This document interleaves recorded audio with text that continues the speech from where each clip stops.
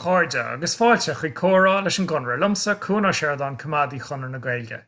In ardeanta inniu tá Niamh Ní Charra tá ag obair mar Chartlann in Ollscoil na hÉireann Gaillimh agus tá cuaireadh mar hí an sin arrothabhairt de bhailiúchán Chonradh na Gaeilge agus is annach chuair mé sin mar gur anna bhailiúchán a bhí an atá an agus tá annach chuid ibre á dhéanamh agus fós le déanamh air agus caihamid beag ní ama a caint faoi sin. Inniu, conas atá cuairsaí leat a Niamh. Ja, spiagání nat faoi láthair leis na srianta agus gachard mar sin, but tá an obair le nónach, so yeah, ceart go leor anseo. Agus cén sort ibre atá ar siúl faoi láthair mar shampla consa a bhíonn an gná lá ag Chartlann. Jackar rá in áíire imime chás féin os ruidir gur bhfuil mé sé obair mar Chartlann Chonradh, so is mis an théan Chartlann tá ag obair ar an malachain seo tá sort ordú ann, so tá is agam chuile lá cad atá á dhéanamh agam. Ag an nóméid táim I lár chéime trí den próséis agus be muid caint marall na chéime sin níos déanaí, but táim ag catalógu an bailachán ag an buinte seo. So tá dahad faoin géad déanta agam agus seaca faoin géad os ma chóirfós. Agus nuair a thosaigh me sé ag obair leis an gConradh couple of bliain ó shin, ní rá an Chartlann socrthe ar Chonradh. Bhí rudaí againn in uimhir sé ar fud an tuigeann bhí cófraí lán agus iad beagnach ag pléasca le hábhar agus bhí stóras an úsáid agan freisin tí bhí muid an chathair mar nach rá dóthain spáis agan in uimhir sé chun ghlacha le rudaí. Agus thosaigh plé faoi seo couple of bliain ó shin agus an sin well an chéad céim ná an stuff a bhoga chuaimh se. Ach cad a tharla agus cad a tharlaíonn le Chartlann, well cad a tharlaíonn le hábhar nuair a hagann se ag Chartlann, cad a dhéantar leis an sin. Well, de luimein faoi na céim atá le déanamh agus an chéad céim ná dul tríd chuile bosca agus na miranna a haingtamach agus iad a scrúdú chun go bheith is a got catta ann meálar ábhar ach freisin an riocht an bhfuil siad a rúnach mar hampla don Chartlann nó an bhfuil just broscar tá ann an bhfuil ledí beaga cosúla da ala bio nó marmh fáin. So an céad céim ná gachrad a haingtamach mar dúras agus iad a chur goslán sa bháilte I bhiltán agus I moscí Chartlann speisialta Chartlanna agus an sin na boscí sin bhoga chuig seomra stóris tá faoi rialú éráide. So sin an céad céim agus tú ag dul tríd na moscí sin I réan céim sin tá ag déanamh lista ag an am chéine just cattá ann. Níl tú ag géirí ordú a chur ar ag an buinte sin just go meg is a got catta ann. So nuair a tháinig na boscí sin isteach ó Chonradh na Gaeilge bhí breis sé chéad boscí, so massam gur sé mí a chap me ag dul tríd agus iad a haingtamach agus an póise sin a dhéanamh. So sin céim a héin. Céim a dó ná legan amach a chur le chéile agus tá sé sin fíor hábhachtach. Tá sé mar aim stoch an príomhhaim atá ag Chartlann I gcónaí ná smacht fisiciúil agus smacht intellectúil a bheith ar an malachain. Agus nuair tá legan amach sa léir agus logiciúil agat, tá sé bhfad níos éascat an taiddóirí in dhéag sin, dus na taiddóirí miranna speisiúla áil amach a aimsiú. Tá sé bhfad níos deacrad nuair bhfuil gachrad just trína chéile agus I chuile áid agus I chuile bosca. So nuair tá legan amach déanta agat ar lehanach ar bápéir an sin tá ort na miranna a bhaga agus a athlónú ó na boscí a rís, tá kind of juggling á dhéanamh agat. Agus sin céim a gó ag an buinte sin tá gachrad slán sa bháilte tá is a god catta ann, tá is a god cá bhfuil siad. So, ag an buinte sin tá an cartlaí in ann just a breath a hógant, you know, kind of fiú tá sé cearcalóirnis.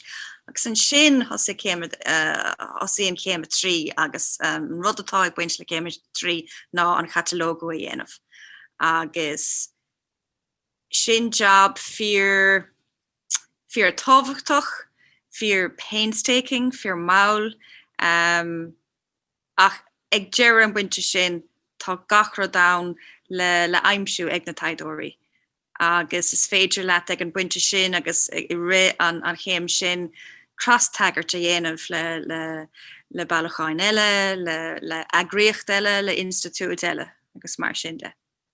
Agus tú ag dul tríd an tábhar. Ceapan gur úsáid tú an focail an chéad pás trán ar bhí muidir caint faoi seo, gur béon sin an chéad pás ar an ábhar. An chéad raireach a an tusa mar Chartlann ní air. Sé bhí díreach goscail boscaí agus ag breanú ar ábhar. Ach nuair tearn tú breanú, an gílinn sé sin ghfuil tú a breanú ar go cuairmach I léamh rudaí, nó díreach just ag gol ar luas lasrach trí ábhar agus ag fáil sort tuiscint anna dhéanarálta ar céad atá an sin. Well, is tócha sin an job is Jackrí domsa. Má tá simagam I Malachan tá sé fear Jackar just fé ag déanamh overview ach sin an job atá agat. Just dul tríd go topic chun go mé gis agat chatta ann. Is dus na taidóirí an job dul tríd go cuairmach.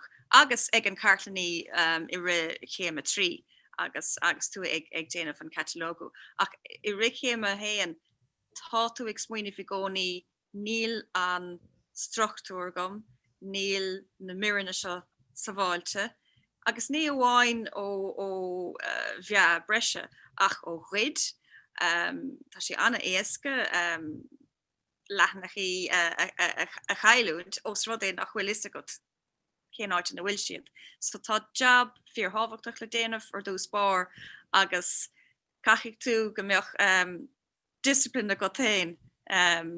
You know, tá I gcónaí rá a nábí a fechantar sin inis, beag am a got níos déanaí caithfidh tú bhagar raig, you know.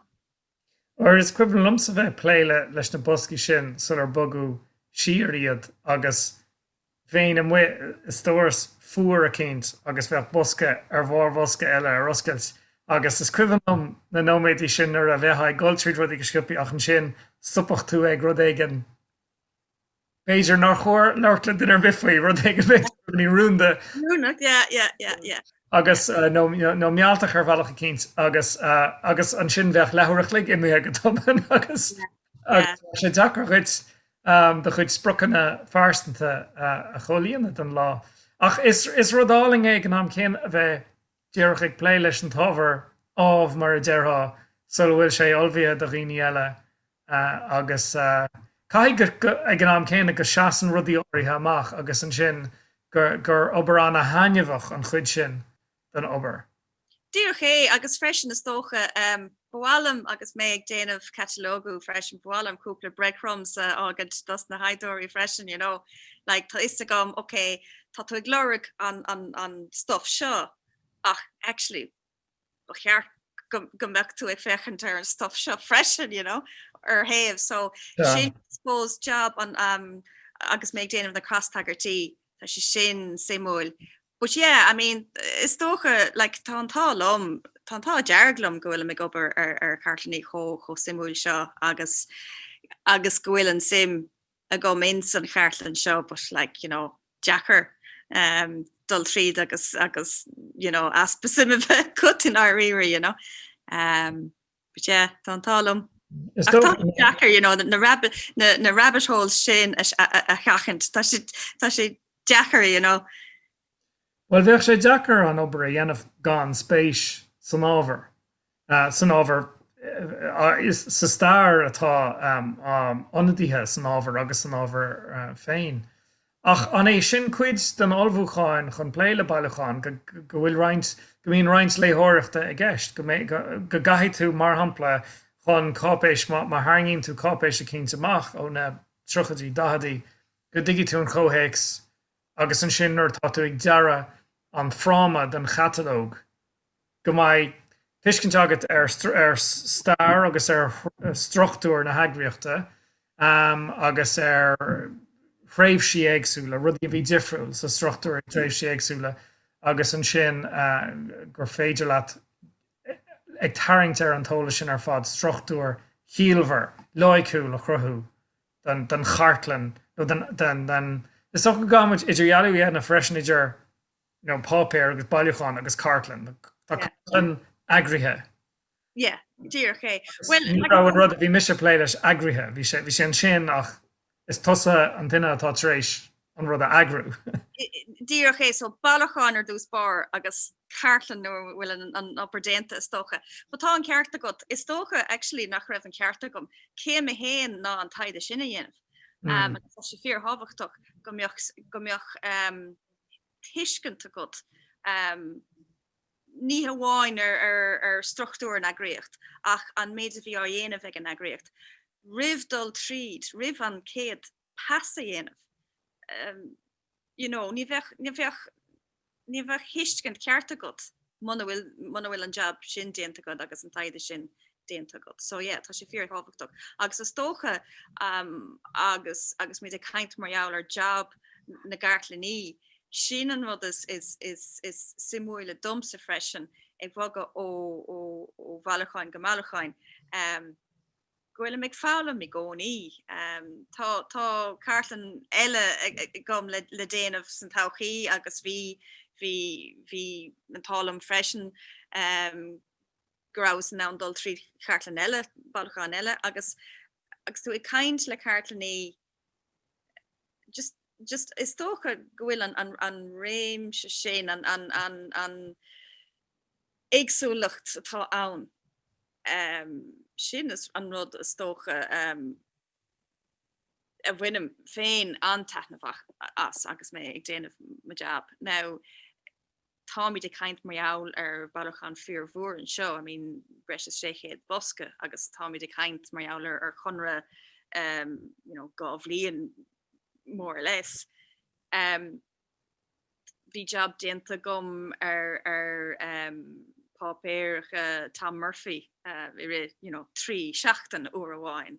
So bhíos ag déanamh taide san ITMA ar bailacháin eile uair eile. So mar Chartlann tá tú ag boga ó ábhar go hábhar go minic agus tá sé sin simúil freisin.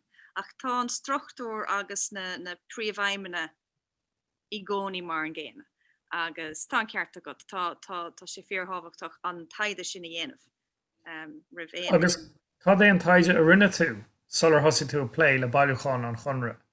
Well bhíos a caint go mór leatsa mar dús pár.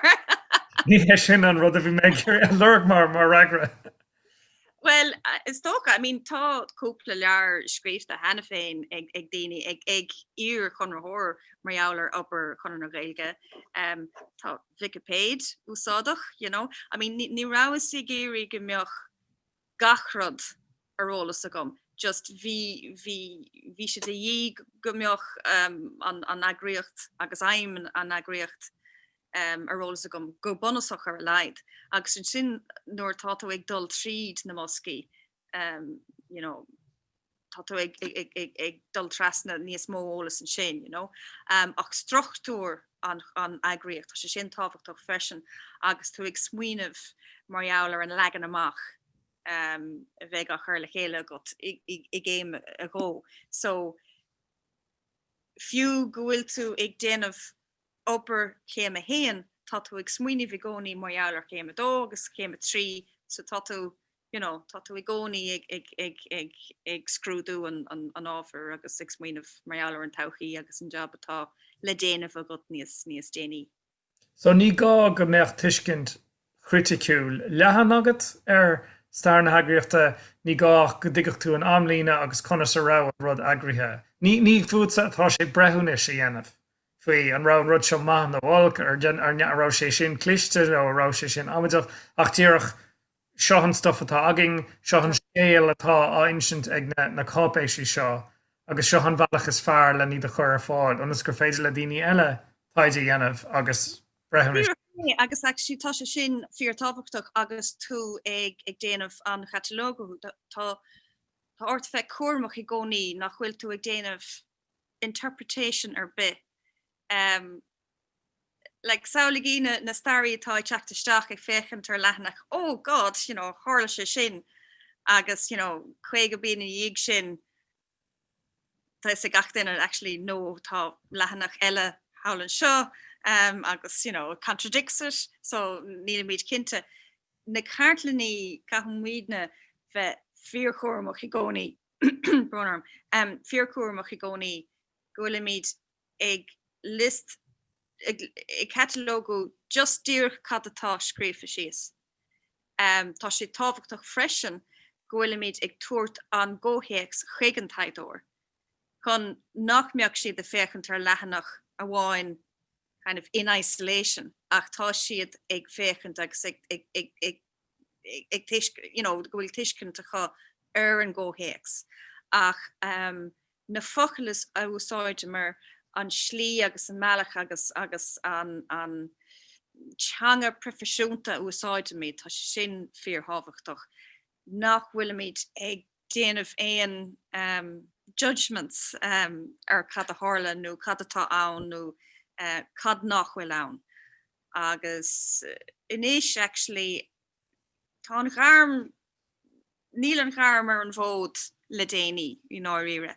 Agus tá an gharm ag achrú an tamar fad, agus inis tá míid a caint mar eabhlar the archivist mar activist. Agus an chelíonn sé sin go bhfuil na cartlaní ag féchant ar na bearnaí I Malacháin. Ní amháin ar an stuff atá Ollscoil ach na bearnaí atá ann. Cén gothanna nach bhfuil ann.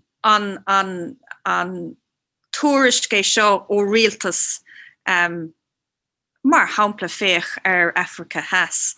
Tá cartlaí ann agus deireann siad rud amháin, ach tá is agat gur bé apartheid a bhí gceist ag an buinte sin, go raibh fána ag an réaltas go raibh siad ag scríomh mar seo, agus go bhfuil fána ann, go bhfuil na bearnaí ann. So, an job atá gomsa mar cartlaní agus ag an profisiún go generálta ná a chur gachrod Ollscoil na taiddóirí.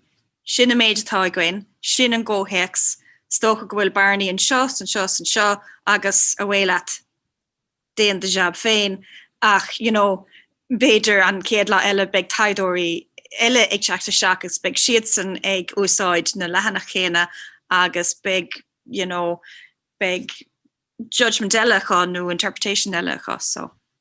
So, like, rameachta géirí bathasnéid Nelson Mandela a scríomh agus gan ach cód na bólíní san Afric has agat mar ábhar ní bhuithe picture, ní bhuithe ach perspectíocht an stát apartheidach ar a héal agus ní bheith an picture omlan agus ní bheith an leabhar go maith.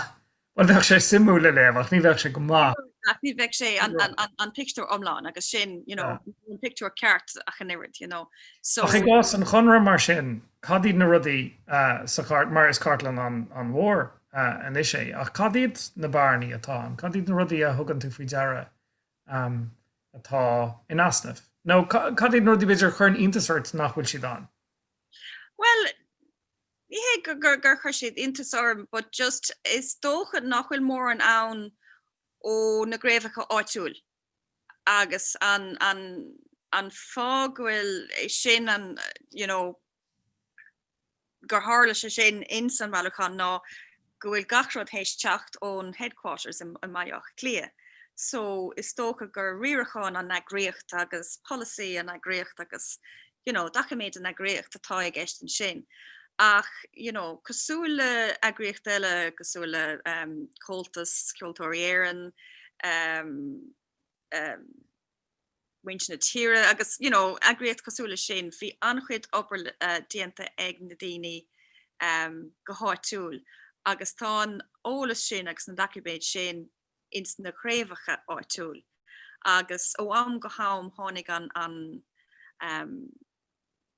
an bailacháin sin ón chréibh díorchar eis go maileach lia mar hampla tá fóchrá gin ag déileáil le chréibh London agus tá sin cós efer le stuff ach mar hampla níl mór an faoi chréibhacha i géirí mar hampla agus an fá a bhain le sin tá sé fós ann i géirí beidir go bhfuil si fós i gréibhacha ann beidir go bhfuil siad le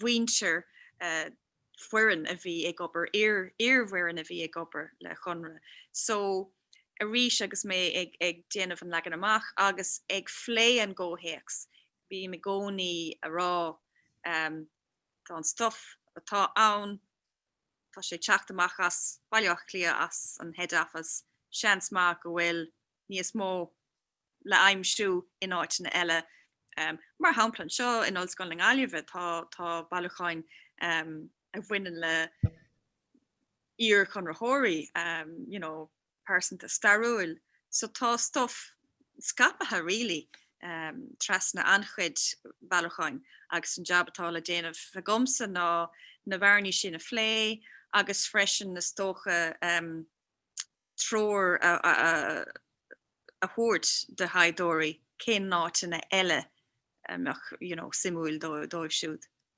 Sin ceiste hagan schuin go minic freisin san ordifig bín chuirtar ceisna fao bhion tuairiscí cápéisi postéirí áitiúla agus brahan sé go hélas go thomláin ar cad a tharla ag an am. Capan go bhfuil na heagraíochtaí chultúrtha beidir go bhfuil an CLG beag an on difriúil ach bíon ról comhordathach ag an gceanóras seachas ról ceannaireachta agus so bíon annach chuid cumarsáideán ach ní bhíon sort ordathe a gceist. So ní bhíon an teagháil a gcónaí cho cún sin agus a bhíon sé in abermís cólacht nó pórtí. Tá de méálar volunteers freisin ag an bun le bhéil tá de kaint méálar volunteers agus bhí daine teachtas amach ó na gréibhacha agus ag bogá áid go háid agus sanéis tá sé fósa tarlónta tócha libse agus linne go bhfuil éon uair a cheolamid beagání nócht faoin Chartlann tagan níos mó stuff isteach yes Queen Love Ollscoil me gan ahar so san attic híh so yeah bíon noring súla chuineáil ar na cant atású agus feimmuid réomhfuist agus uanta bíon cuairt ar thach ní fi látharach tugann tú cuairt ar thach agus raníonn tú ar rudaí agus bíon córa an sin faoi cad bachóir déine leis na cápéisi. Sin ceas na rudaí is fearr faoin number seo na rudaí aim sin tú nach bhfuil tú súil ag súleo. Freisin is tócha. Well éon fiasa mar sin a hasan amach duite sa bhailúcháin ar éon rud agus go bhreanaí tú agus go tú wow you're an masúla sin ar churbe.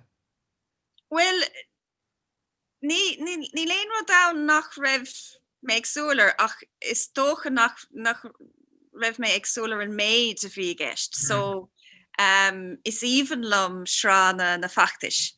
Gomór mhór na fóchrá sin a déileáil le factas an telefíse, factas na meán, agus factas ceadúnas telefíse mar hampla. So tá anchuid réongraf ann tá Spóirt na demos, na demonstrations a bhí a dhéanamh ag an phobal. Sna 7 na 8 na 9 agus tá sé Jackar inis saolig tréimhse nach raibh tíide gahar an bhóid raidir na Gaeltachta ar an bhóid agus just chláring Gaeilge ar an bhóid agus tá tú féchant ar na gConradh sin agus bhí daoine i brisún os rud é nach raibh siad ag déileáil leis na ceadúnas telefíse os rud é nach raibh bhí beag nach feachán de Gaeilgóirí. Tá sé Jackar hiiscint inis an méid nach raibh ann an is tócha sin an bhd a chur an úntas ar mi gcónaí just caiith mé, you know, tá sé Jackar a haulú. Agus cuid just na fachta sin agus tá sé seo ionintach íomh Chartlannaíochta de freisin. Marann siad tréimhse anna, bhhair siad tréimhse anada. Bhhair an fachtas telefíse sin breis 5 bliain. Níos mó ná 5 bliain, beidir 25 bliain in áíire. Agus sin tréimhse in áíir bhí rá glún na gceist leis a bhachtasíocht sin, agus bhí tharla éhlóid ar an bolasaí, agus bhí annach déanú annach chuid pléir, agus bhí smaointí difriúla an go minic bhí cad go dtíorh ba chóir déanamh. Tá sé sin simú le híomh Chartlanna de. Agus an rud céine le cuasaí an bhile reachtaíú bille ag túsan chéad seo, agus tá muidir caint fhí lasúir sin faoi láthair agus tá mhuiir sin. Ach ní hé seo an fóm chun é sinna phlé. Ach lééis sin ar dús na sníideag seachtadí. So tá na rudí seo fada. Tá siad fada agus tá si simúil freisin agus tú dul tríd na filtáin agus a féchant ar na dréocht agus an méid dréocht a bhí ann. Tugann sé sin tuiscint dit just a méid obair a bhí a dhéanamh an méid obair a bhí déanta ag chuile rinne, you know. I mean, tá sé éasca go mbeadh is a got bhí sé sin déanta. Ach nuair tá ag dul tríd na miranna agus ag dul tríd an méid obair agus na mion tuairiscí agus na dréocht sin mar luú mé hena. An sin tá I bhád níos mó tuiscint a got. Just na obstacles a bhí róga agus freisin an méid a bhí a dhéanamh acha ó glún go glún mar a dúirtú hena féin, you know. Yeah, agus nach dálín na rudaí seo trí himpeis go gcuirtar annach chuid I breisteach an tú. Agus sé an opair sin atá ionadaithe sa Chartlann. Agus tú ag cur an sin ag deara struchtúir den Chartlannaíocht. Conas ar leag tú sin amach agus cén sort struchtúr a chruthí tú chun an bhaile chun agrú. Right, thug sé sin anchuid am in áíire agus ceann is na fána bhí buint le sin ná a rís agus tú caint mar eablar chun na Gaeilge agus nach cólacht a bhí a gceist nach you know struchtúr a bhí dul trí chuile créamh a bhí a gceist. Bhí sé féchant ar an malachan go chomláin agus bhí stocha trocha trí Uachtaráin, trocha 5 rúnaí, bhí slí upper éagsúla ag chuile cheann das na daoine sin. So bhí sé deachar gachrád a chamád le chéile.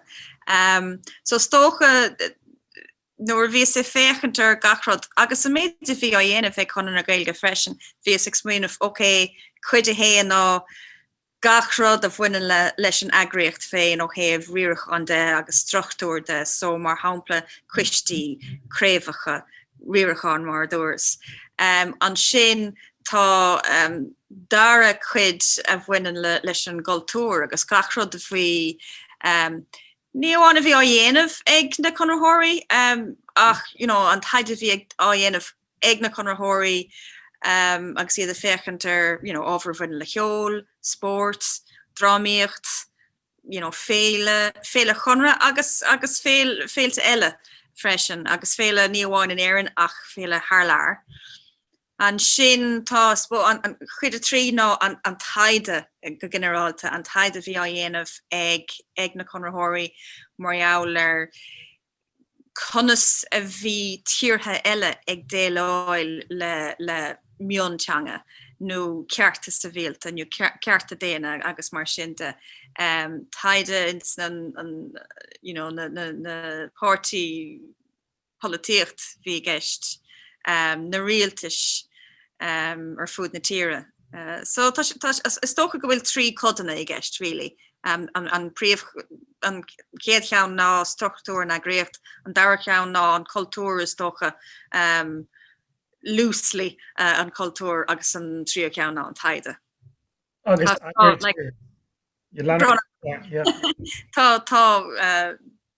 Tá 15 srána I gceist.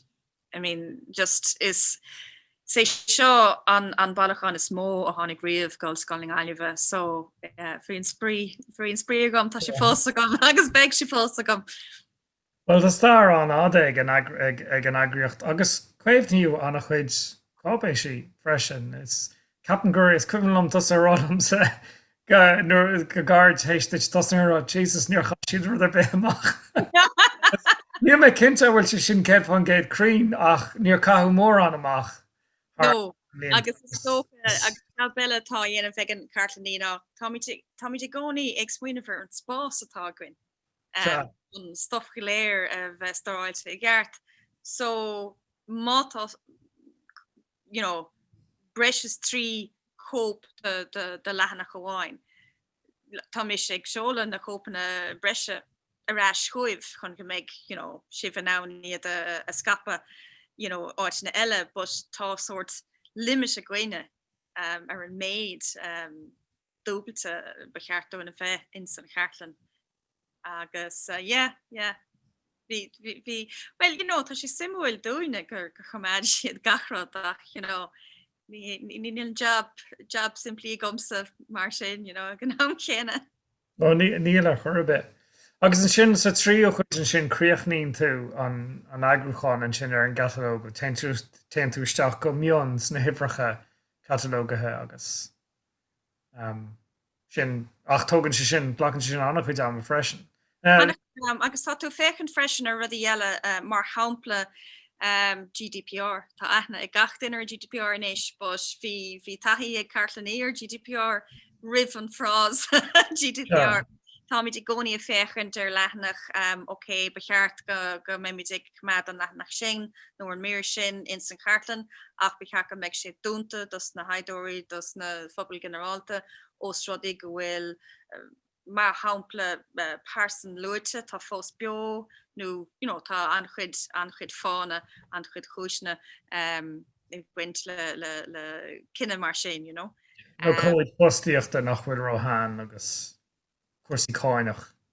Cuasaí cáinach díreach é sampla mai sin so tá job sin le déanamh an fós agus is ag an buinte sin a menig déanamh an cross taggart freisin so ní hamháin well go mór fór cross taggart idir na srána in san bailachán seo os rudig go bhfuil se chóir fór sin agus tá overlap saon i gcónaí so má tám ag déileáile mar hampla créimhacha agus tá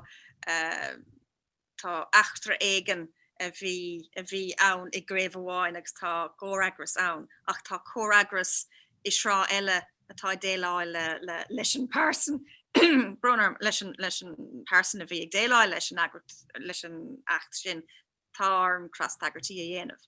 So tá an job sin fear rá freisin. Agus is dócha gur bhéh sin ceannas na fána is ábhar seo fléimar freisin go minic nach bhfuil leabhar criticúil údarrásach an faoi stair na hagraíochta. Tá scéile an anada agus tá annach chuid cápéisí an agus an sin an struchtúr dílárnathe sin san réimse gníomhíochtaí a bhí a gceist agus mar dúirt tú tríochtarráin is trucha agus céhhéad runní is dúlan mór mílteach é ó híomh na taideide a chuimrú. Díreach é agus mar dúras hena tá bharnaí an freisin os rudaí go bhfuil tám cinnte gur chumad cúpla na uachtarráin sin gach cápéis a bhí generated a ri an tréimhse sin nuair bhí siad ag obair mar uachtarráin tá bharnaí ann tá anchuid stuff ann tá mis ag súil go mór ar de mínas tauchaí cattá scríofa ag taidóirí marall ar chun na Gaeilge agus iad ag dul tríd an stuff agus na miranna seo tágain an seo is tócha nóair a cruach nóair bheith an job seo cruachnathe gom nóair bheith an job seo cruachnathe gomsa stocha an sin beag daoine eile ag tosnú a chuid job féin agus sin simúil san tauchaí. Tá sé cinál ar nós tú sa chuir le Gordín agus cai tú an áte chlána ar dús agus agrú ach an sin tugann sé tamil air. Yeah, agus a big mis just I ma héle glynne féin. Yeah. Seans go maiid glunne agam sa freisin. Ceapan gur bé ceantas an rudí freisin atá simú ná an rudí simú fao seo freisin ná a ríis denan Chartlann is áis atá gceist le Chartlann agus muna míon antá sin ar fáil ní féad le daoine las a bhaintás agus gan a bheith déanamh brehannas ar éon taidiúirí atá ag obair go crua a muin sin hana ach dearí mé go minic nach rá ábalta deasúhaint as na gohanna agus na cópéisí in ar Gartlann go dtí seo. Agus bhhair sin go rá annach gur míoch i gláircha telefíse beidir róbhéim ar rudí eile tuisc nach rá na Greengraph seo ar fáil nó na cópéisí seo léite agus mar sin de. Annach chuid scéalta ó na seacadaí agus seachtaí ina bhfuil gá agus bhaintí cuasaí Gaeltachta agus cuasaí ó thuaí an seo ina mai sé simú feicáil chuna sa haingíon na taidiúirí ar an Gartlann amach an seo agus cén tionchar imríonn an tóla sin ar a gcuid brethúnis. Dír é agus is tóch gur fiú nuair a bheith gachrod listethe gomsa. Bheith grú ar na haiddóirí freisin os rud go bhfuil sé chomór sin ach tá mid kaint I gcónaí ní hamháin is saoil na Gartlannaí ach freisin is saoil na documentary makers tá mid kaint mar ar aspa achfaní agus aspa am. Agus fiú nuair bhíon deisecha dul tríd an ábhartá gin an seo na hábhar an bailachan mór tá gin an seo. Tléise gom féin nach meid seansacha. Muna hógann siad blian fada ag dul tríd chiile rud. Bheadh sé fós mar an ggéine tócha just níos fear ach Is tócha go háir gás chláiricha telefíse cuidín sé go mór má tá taide genta hena. Seachas bheith déanamh an taide don chláir. An dúláin eile bhain le telefís ná muna bhfuil picture agat le a spáint ar an scáileán. Tá sé dechar an scéile inseacht. Go háiríonn ar haon tú bhád siar beidir go bhítha í atá fós beo le caiint fao rud ag an háda agus is féidir leat an aber mís gur cruniú atá faoi chabaide le féidir le cúntas áil ar an grinú mar sin ach tá sé dechar dhéanamh simúil. sé Jackar dhéanamh simúil tá sé Jackar dhéanamh sexy das na tá bhain telefís gcónaí. Díreach é ach is tócha freisin tá spás ann freisin chun gombeoch agréocht cosú le an leabhar náisiúnta.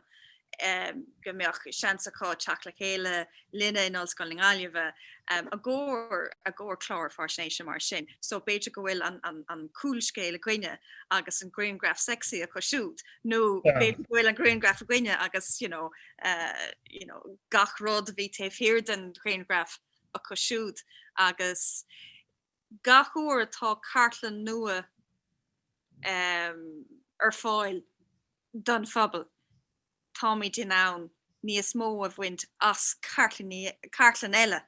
Ag an nám chéine agus a ríist Thomas is tóch Tommy kaint mar ar cross taggart a ríist but go mór mhór agus muid a kaint mar ar chun a Gaeilge agus a méidir bhí déanta agus a dhéanamh a cosisiúd an tréimhse tá gceist. An tréimhse fíor starúil is dar ardír féin.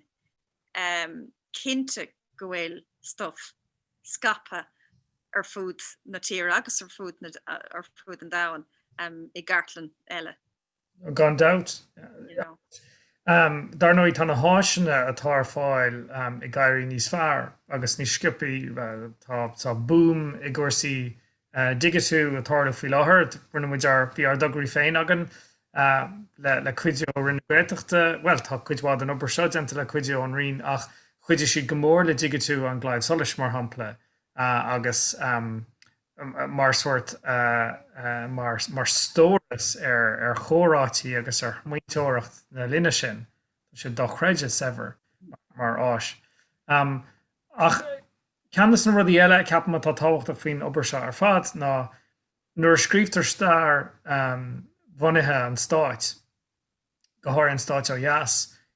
Is minic a bhíon slí amháin nach leir. The Gaelic League was founded in 1893 agus bhí an téiseo agus an téisiúd sa Chonradh agus an sin hála nó dí hálaach. Níl an túfás tuiscint ar cad go dtíor go bhí ar siúlachas na 1890 conas a rá siad ag cruthú cadrmh agus clownish le daoine eile conas a rá siad ag tógáil muoine conas a rá a chuid smaointeoireachta ag Forbert agus is minic go háirithe le tuairimí folitiúla agus nuair bhín leabhair daoine faoin zeitgeist banan sé sin go mór le céad na cóirde atá at cénsfuir córátí atá agat agus conas a éhlíonn de chuid tuairimí seachas go mbíonn tú ag síos agus ag léamh ilamad leabhar fáilsúnachta agus go leoicúil ag tachaí conclúdaí gur chóir rudí áirithe a dhéanamh is sort atmosfér é agus bhí an atmosfér sin sna rangan na Gaeilge ag na céilethe ag na himachtaí hóisialta sin agus cuideoí na bailúcháin seo go mórling é sin a hiiscint sílam. So capan gin mar sin tion chur anna mhór ar ardiscint mónta ar stair na tíre.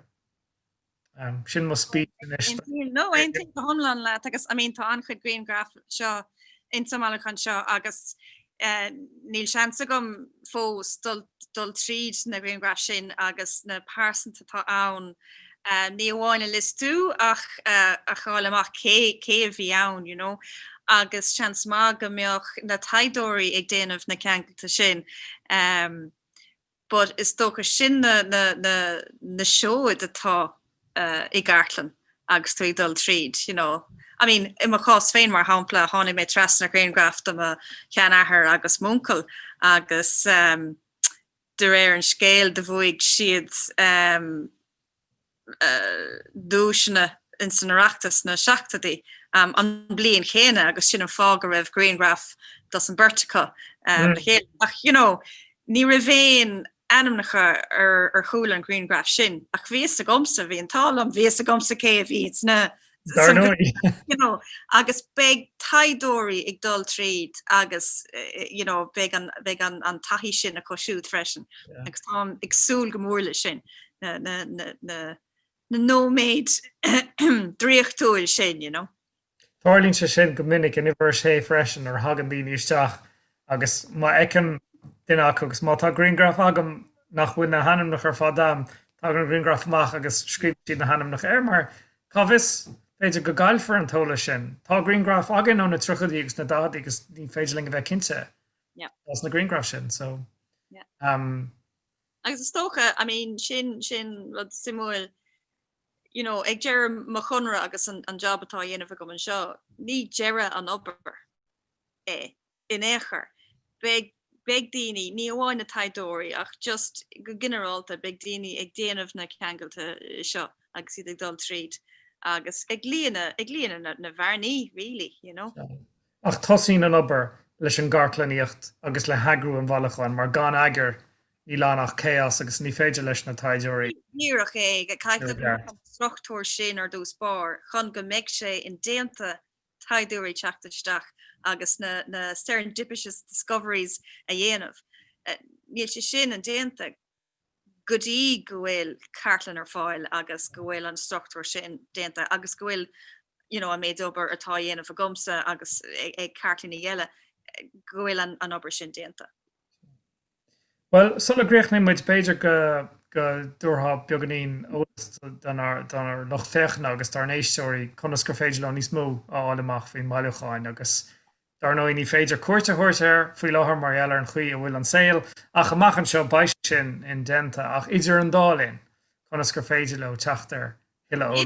Idir an dálinn má tá sibh ar na meán sóisialta tá NUIG Archives sin an cúntas tá gréine ar Twitter mar hampla.